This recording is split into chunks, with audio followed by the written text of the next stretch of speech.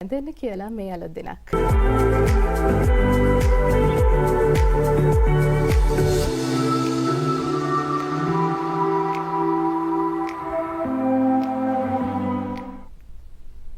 විරාමයෙන් අනතුරු ඔබ නැවතත් අලුත් දිනක් සමගින්.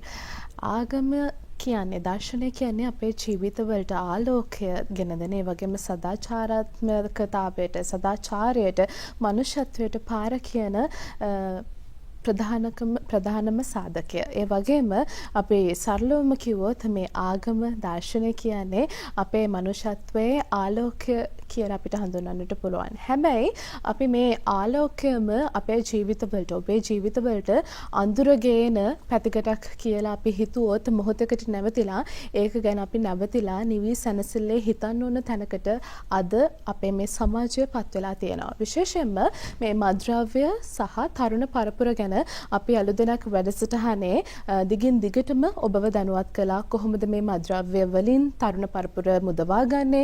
ඒ වගේම මොන විදිහටද මේ මද්ද්‍රව්‍ය වලින් තරුණ පරපුර මුදවාගෙන ඔවුන්ගේ ජීවිත යහපත් සමාජ පරිවර්තනයක් තුළින් රටක් තුළ ගොඩනගන්නේ ආදී කරුණු කාරණා බොහෝමයක් ගැන අපි අලුදෙනක් වැඩසටහනෙන් ඔබව දැනුවත් කළා.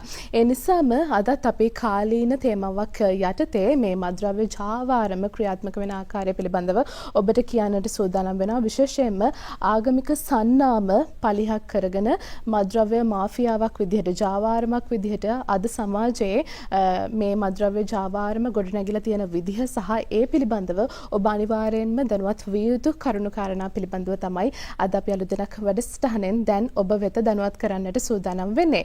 ඒ වෙනුවෙන් අද අපි අලුදෙනක් වැඩසටහනට සම්බන්ධ කරගත්තා ශ්‍රී ලංකා පොලිස් අභ්‍යාස විද්‍යාලයේ බාහිර කතිකාචාර්ය අපරාධ විද්‍යා විශේෂඥ DMS ධම්මික බණ්ඩාර මහතාව. ආයුබෝවන්. ආයුබෝවන්. ඔබතුමා අපේ ජාතික රූපවාහිනියට අලුදෙනක් වැඩසටහනට හුරු පුරුදු චරිතයක්. ඒ නිසා බොහොමයක් දේවල් අදත් තියෙනවා ඔබතුමා සමග සාකච්ඡා කරන්න. ඒ නිසා මම පළවෙනි ප්‍රශ්නය විදිහට ඔබතුමාට යොමු කරන්නම්. මේ මද්ද්‍රව්‍ය ජාවාරම නිසා සාමාන්‍ය ජනතාව තුළ පවතින මේ සාම්ප්‍රදායික ආගමික විශ්වාස ඒ වගේම දර්ශන මේ ආදී දේවල් අද වෙනකොට බිඳවැටීමට ලක් වෙලා තියෙනවද? මේ දේවල් කොහොමද සමාජයක් විදිහට අපි ඉදිරියට යනකොට මේ සමාජයට බලපාන්නේ කියන තැනින් අපි කතා බහ ආරම්භමු. හොඳයි. සියලු දෙනාට සුබ උදෑසනක් වේවා කියලා ප්‍රාර්ථනා කරනවා. අද දවසේදීත් අපි සාකච්ඡාවේදී බලාපොරොත්තු වෙන වටිනා කියන කාරණා ටිකක් සාකච්ඡා කරන්න. දැන් මද්ද්‍රව්‍ය සහ අපේ රටේ සිදුවන අපරාධ සම්බන්ධයෙන් අපි බහුල වශයෙන් පහුගිය දවස් කීපය තුළදී සාකච්ඡා කළා. දැන් අද වෙනකොට අපිට මේ මද්ද්‍රව්‍ය ජාවාරමේ නැත්නම් මේ මද්ද්‍රව්‍ය ක්‍රියාකාරීත්වයේ වෙනස්ම ස්වභාවයක් සහ වෙනස්ම අවස්ථාවක් සම්බන්ධයෙන් සාකච්ඡා කරන්න අවකාශය ලැබුණා. මම දැක්ක අපි මේ පහුගිය දවස් ටිකේ වාර්තා වුණ ප්‍රවෘත්ති සහ සිද්ධිමාලාවන් අධ්‍යයනය කරනකොට ආගම කියන සන්නාමය භාවිතා කරමින් සාහසිකකරුවන් විසින් උපක්‍රමශීලීව මේ ව්‍යාපාරය සිද්ධ කරන ස්වභාවයක් දකින්නට ලැබුණා. මේකෙදී කාරණා දෙකක් තියෙනවා. එකක් තමයි මේ අවස්ථාව, අනිත් එක තමයි මේ සිද්ධිය කියන අවස්ථා දෙක සාහසිකකරුවන් විසින් ඉතා සූක්ෂම ලෙස පරීක්ෂණය කරනවා. එහෙම නැත්නම් සූක්ෂම ලෙස විමර්ශනය කරනවා. සාහසික කරුවා මේ ක්‍රියාවන්නේ දැන් ආගමික දේවල් සන්නාමික වශයෙන් භාවිතා කරනකොට දැන් මද්ද්‍රව්‍ය ජාවාරම් කරුවා සාහසික ලෙස සමාජ කණ්ඩායම් සහ පුජ්‍යල චරිත පිළිබඳ අධ්‍යයනය කරන ගවේෂණය කරනවා. එතනදී ඔහු බලනවා වැඩිපුරම මේක දෙන්න පුළුවන් තැන කොහෙද, සියුම්ම පුජ්‍යල ස්පර්ශ කරන්න පුළුවන් තැන කොතනද, මිනිස්සු හදවතින් විවෘත වෙන්නේ භූමිය කොහෙද, අන්නේ සුද්ධ භූමි ඔවුන් විසින් සාහසික කරුවන් විසින් බද්දට ගත්ත ස්වරූපයක් තමයි තියෙන්නේ. එතකොට ආගම කියන සංකල්ප සුද්ධ භූමිය සාහසික කරුවා විසින් දකින්නේ තමන්ගේ ව්‍යාපාරය කරගෙන යන්න පුළුවන් භූමියක් විදිහට, බද්ධ භූමියක් විදිහට. එතකොට ඔහු ඒ භූමිය අරගෙන තමයි මේ ව්‍යාපාරය සිද්ධ කරලා තියෙන්නේ. ටාගට් ඒරියා එකක්. ටාගට් ඒරියා එකක් ගන්න ලස්සන වචනයක්. එතකොට දැන් මේකෙදී අපි දැක්කා ආගමික වශයෙන් සංකේත නැත්නම් සන්නාම යොදාගෙන සියලු ආගම් සම්බන්ධ කරගෙන මේ සාහසික කරුවන් විසින් දිනෙන් දින අපරාධ නැත්නම් මේ මද්ද්‍රව්‍ය ජාලයේ මද්ද්‍රව්‍ය ව්‍යාපාරය සිද්ධ කරනවා. ඒකදී විශේෂයෙන්ම අපි දකින කාරණාවක් තමයි මම අර හැමදාම පැහැදිලි කරනවා වගේ තරුණ කණ්ඩායම් තරුණ පිරිස තමයි මෙතනදී අරමුණු කරගන්නේ. ඒකට හේතුව තරුණ පිරිස හරහා තමයි මේක ව්‍යාප්ත කරන්න, මේක පතුරවන්න තව කණ්ඩායමක් යොදා ගන්න පුළුවන්කම තියෙන්නේ. මෙතනදී ආගමික කියන සංකල්පය ගන්නේ ආගම වටා විශාල පිරිසක් ගෙතිලා ඉන්නවා.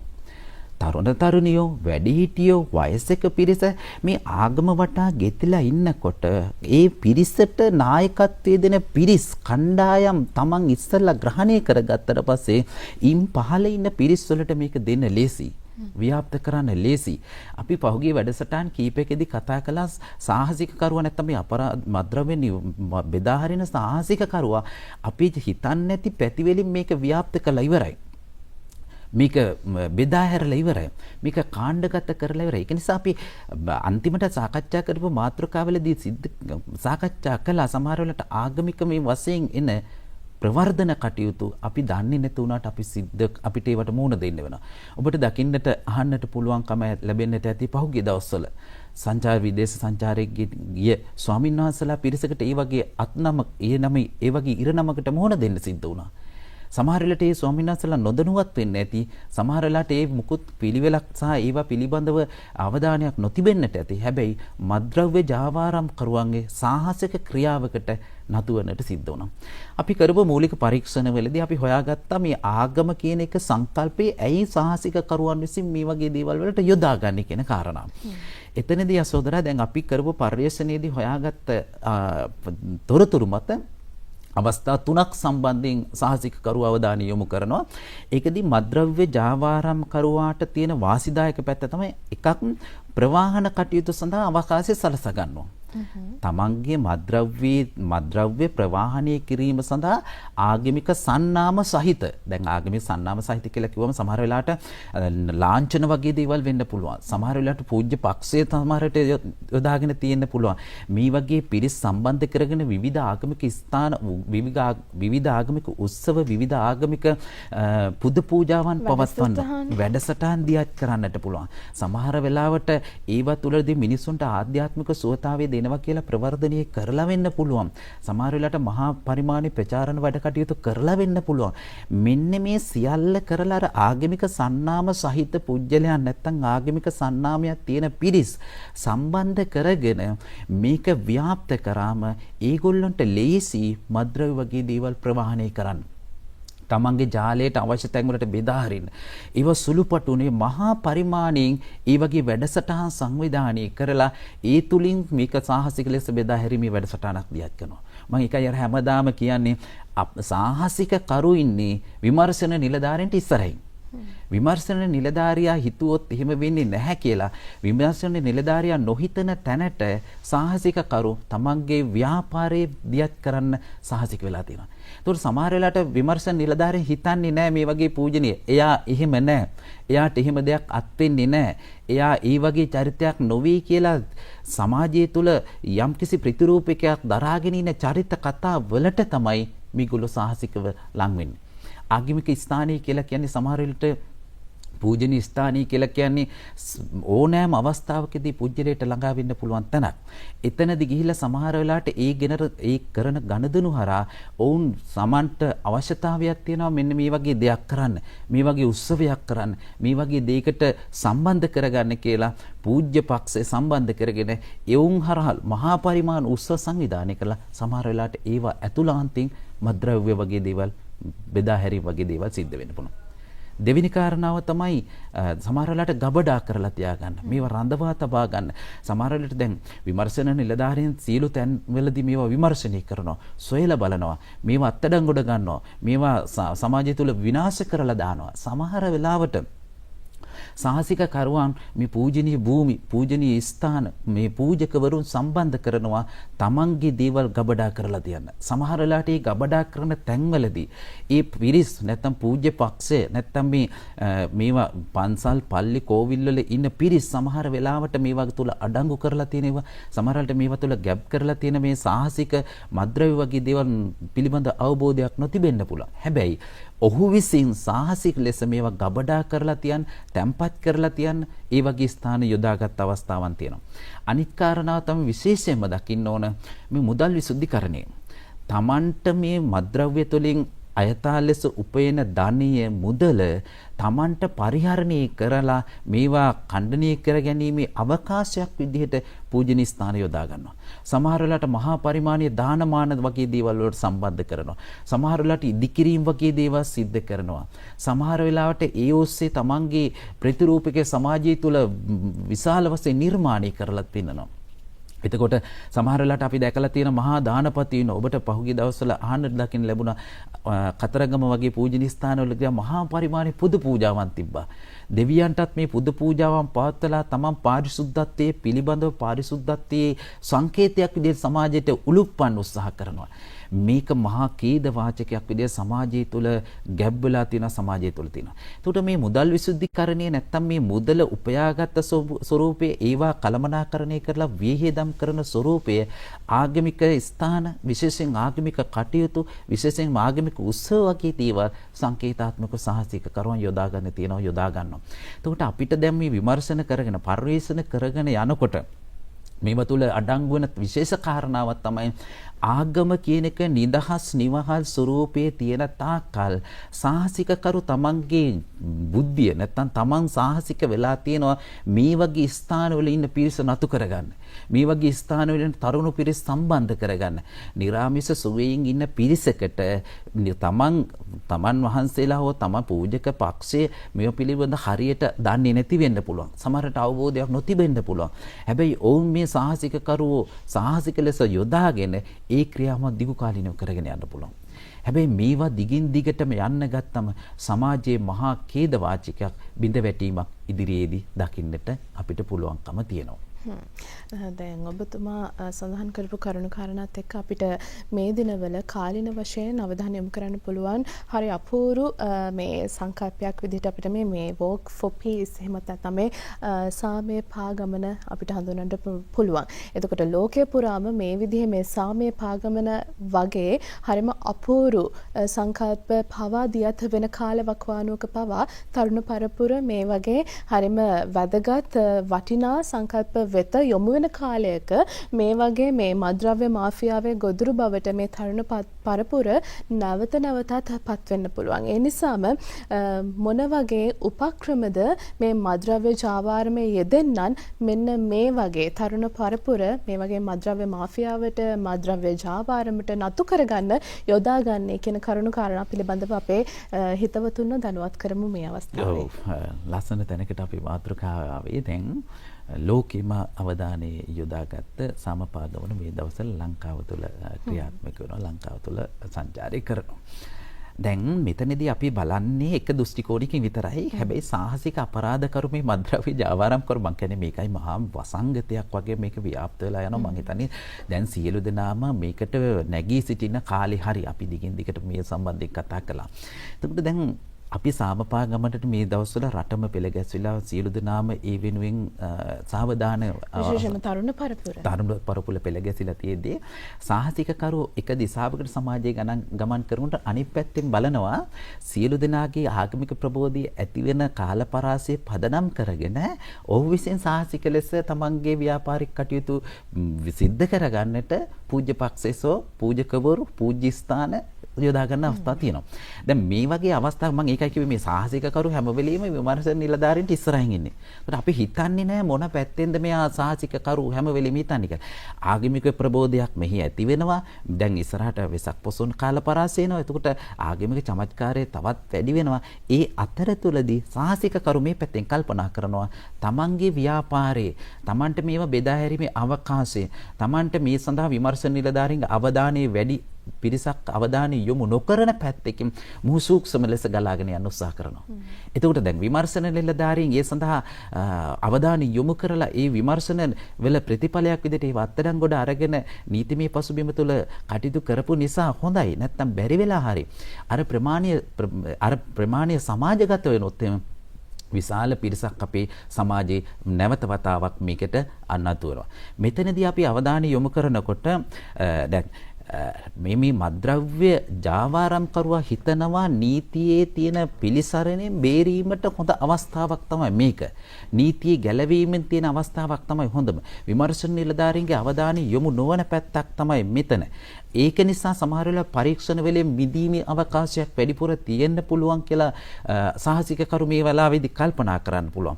ඒ අනිත් එක තමයි සමාජයේ වැඩි අවධානයක් දෙන්නේ නැහැ මේ දවස්වල ආගමික ප්‍රබෝධය මේ සහමපාගමට හැම දිනම යොමු වෙලා ඉන්නවා. ඒ වගේ අවස්ථාවකදී සාහසිකකරු අනිත් පැත්තෙන් කල්පනා කරනවා විමර්ශන කටයුතු සහ මේ සියලු දේ ගමන් කරන්නේ මොන පැත්තටද? ඔහු වෙනම කල්පනා කරනවා මේකෙන් Tamanට වාසිදායක පැත්තක් ගන්න. ඒකයි මම කිව්වේ මේ අපි නොසිතන පැතිකඩ ඔස්සේ මේ විමර්ශන නිලධාරීන්ගේ අවධානය යොමු වෙන්නේ නැති පැත්තක් අල්ලලා සාහසික කරු මේක ක්‍රියා කරනවා. එතකොට මේකට සඳහා වැඩිපුරම තරුණ පිරිස ගන්නේ තරුණ පිරිස නතු කරගත්තට පස්සේ අර ආගමික ස්ථාන වටා බැඳිලා ඉන්න පහළ ඉන්න සමාජ ක්‍රමය නැත්නම් පහළ ඉන්න සමාජ කණ්ඩායම් මේ සඳහා සම්බන්ධ කරගන්න පුළුවන්. එතකොට තමන්ගේ ජාලය බෙදා හැරීම සාමාන්‍ය පරිදි වලට වඩා විශාල වශයෙන් සිද්ධ කරන්න පුළුවන්. ඒත් එක්කම තව කාරණාවක් තමයි අපේ සමාජ ක්‍රමයේ තුල මේ මද්ද්‍රව්‍ය වගේ දේවල් වලට අධික වටිනාකමක් දීලා තියෙනවා. අධික මිලක් නියම කරලා තියෙනවා. එතකොට දැන් අපි බලන්නට ඕන මේ අධික මිලක් අධික තක්සේරුවක් දුන්නේ කවුද? මේවට මිල ගණන් නිර්ණායක හදන්නේ කවුද? දැන් සමහර වෙලාවට අපි දැකලා තියෙනවා මේවා අත්අඩංගුවට ගත්තට පස්සේ සමහර වෙලාවට මේවා මෙච්චර ප්‍රමාණයක් කිලෝ ගණක් අත්අඩංගුවට ගත්තට පස්සේ ඒ වගේ වටිනාකමත් අපි දකිනවා. සමහරට කෝටි ගණන් වලින් නෙවෙයි ලක්ෂ ගණන් වලින් පෙන්වන්න පුළුවන් මෙච්චර ප්‍රමාණයක් මේක සඳහා අපි අත්අඩංගුවට ගත්ත වගේ වටිනාකම හදනවා. එතකොට දැන් සාහසික කරු මේ අත්අඩංගුවට ගැනීමේ මිල නිර්ණායකත් එක්ක එතන පසුබිම් කතනිය හොයලා බලුවම මේ සාහසික කරුම තමයි මෙතන මිල ගණන් නිර්ණායක කරන්නේ. සමහර වෙලාවට ඔහුම තමයි මේකේ මතයක් ගොඩනගන්නේ මේවට මෙච්චර අධික මිලක් නිර්ණායක කරන්න පුළුවන් කියලා. තීරණය කරන්න පුළුවන් කියලා. සමහර වෙලාවට ඒ මිල ගණන් ඔස්සේ බලවම සමහර වෙලාවට ඒ වගේ මිල වැඩි වෙන්න සමාජ ක්‍රමයේ තුල දැන් සමහර වෙලාවට මිනිසුන්ට තියෙන ප්‍රශ්නේ තමයි දරිද්‍රතාවය කියන එක දැඩි ලෙස තියෙනවා. සමාජයේ සෑම මිනිස්සයාම මිල මුදල් අතෙන් සමහර වෙලාවට යම් පසුබෑමක ඉන්න පුළුවන්. සමහර වෙලාවට ඒවා හරියම්බ කරගන්න වෙහෙස මහන්සි වෙන්න පුළුවන්. ණය විලා ඉන්න පුළුවන්.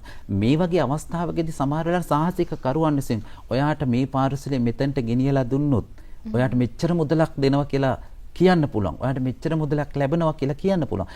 එතකොට දැන් සාමාන්‍ය මිනිස්සු බලනවා මම මෙච්චර මහන්සිලා මෙහෙම මුදලක් හොයනවට වඩා මේ දේ මෙතෙන්ට ගිහිල්ලා දෙන එක ලේසි. මෙතෙන්ට ප්‍රවාහණය කරලා දෙන එක ලේසි. එතකොට මට මුදලක් ලැබෙනවා. ඒ සඳහා සමහර වෙලාවට ආගමික සන්නාම භාවිතා කරපු දේවල් ගන්නවා. ආගමික පූජකවරු සම්බන්ධ කරගන්නවා. මේ සඳහා විවිධ ප්‍රසංග, විවිධ උත්සව, විවිධ පින්කම් සංවිධානය කරනවා. ඒ පින්කම් ඇතුළත තියලා මද්ද්‍රව්‍ය ජාවාරම් කරුවන් මේව සමහර වෙලාවට ප්‍රවාහණය කරනවා. මං කිව්වේ ඒකයි අපරාධ මේ විමර්ශන නැත්නම් මේ අපරාධ කරු මේවා පිළිබඳව හොයන්නේ වෙනස් විදිහට. එතකොට ඔහු විසින් සමාජය තුල මතයක් නිර්මාණය කරලා දෙනවා මෙන්න මේ මද්ද්‍රව්‍යයට මෙන්න මේ මිලක් තියෙනවා. මෙන්න මේ මිල ගණන් යටතේ මේවා අලෙවි කරන්න ඕන. නැත්නම් මේක නිර්ණායක දෙන කෙනෙක් සහ නිර්ණායක හදන කෙනෙක් නෑ. හැබැයි ඒ සමාජ ක්‍රමයේ ඇතුලේ ඔහු විසින් එක කෝණයක් හදා ගන්නවා මේවට මිල ගණන් නියම කරන්න.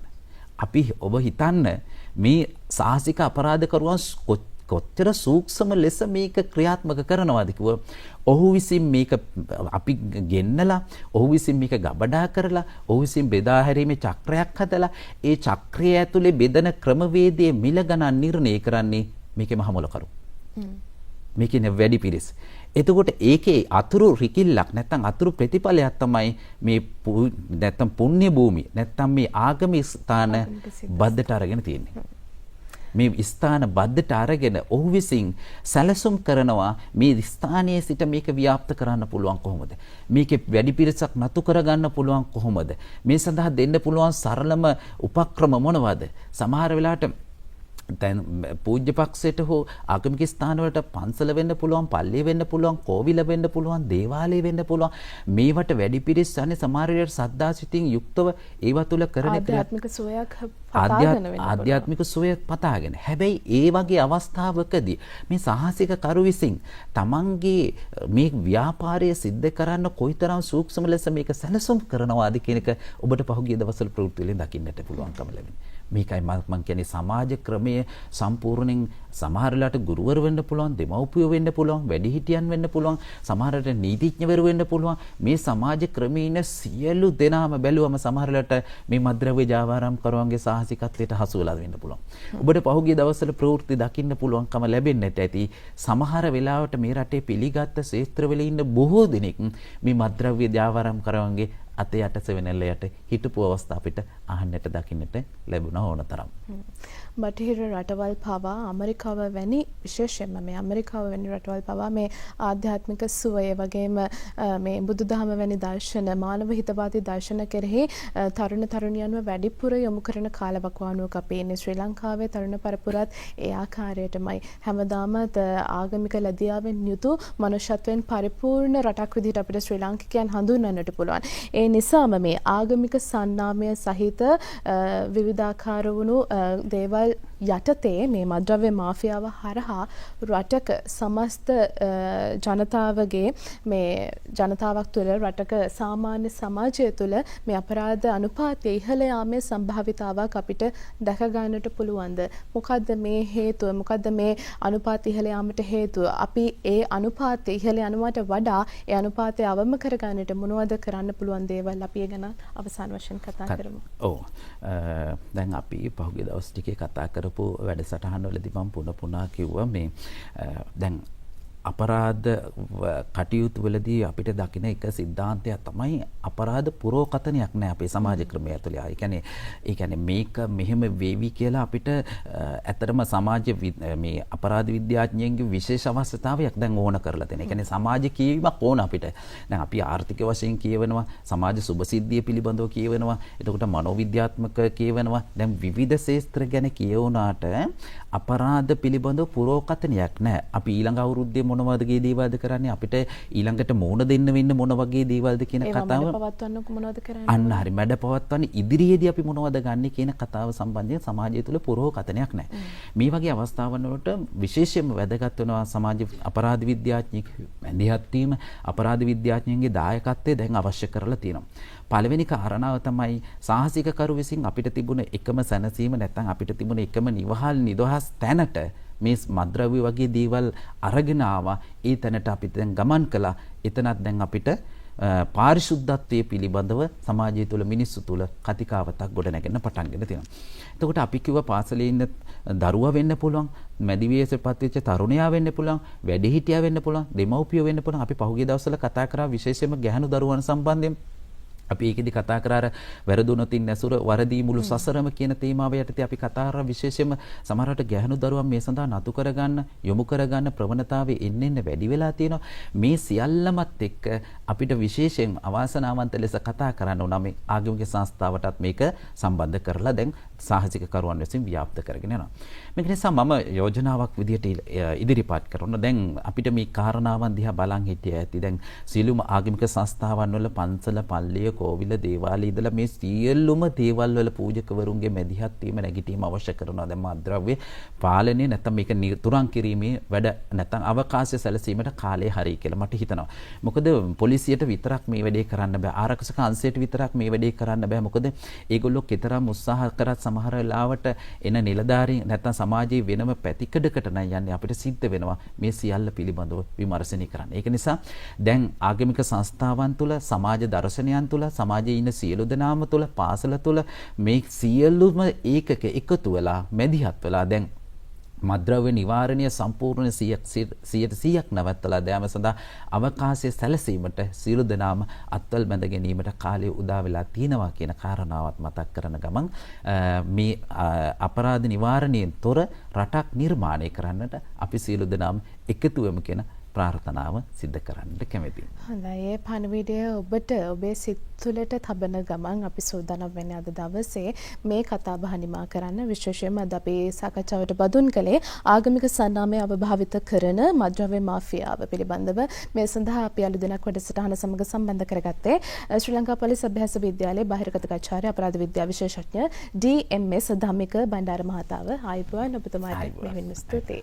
ඒත් සමගින් අපි සූදානම් වෙන්නේ අද දවසේ විදේශ විනිමය අනුපාත දාර්ශනිකය කොහොමද දිස්ුනේ කියලා ඔබට කියන්න.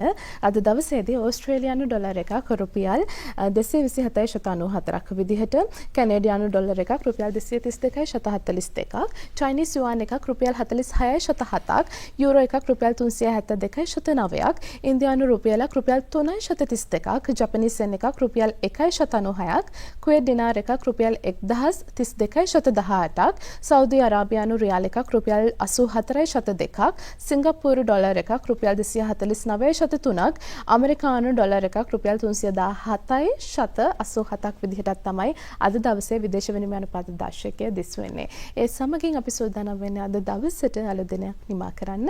සුපුරුදු විදිහට නැවතත් අපේ අලුත් දවසක ඔබව හමු වීමේ බලාපොරොත්තුවෙන් අදට සමුදෙනවා අලුත් දිනක් වැඩසටහනට. ඔබට ලැබවූ දවස ජයග්‍රහී සුබ දවසක් වේවා. ආයුබෝවන්.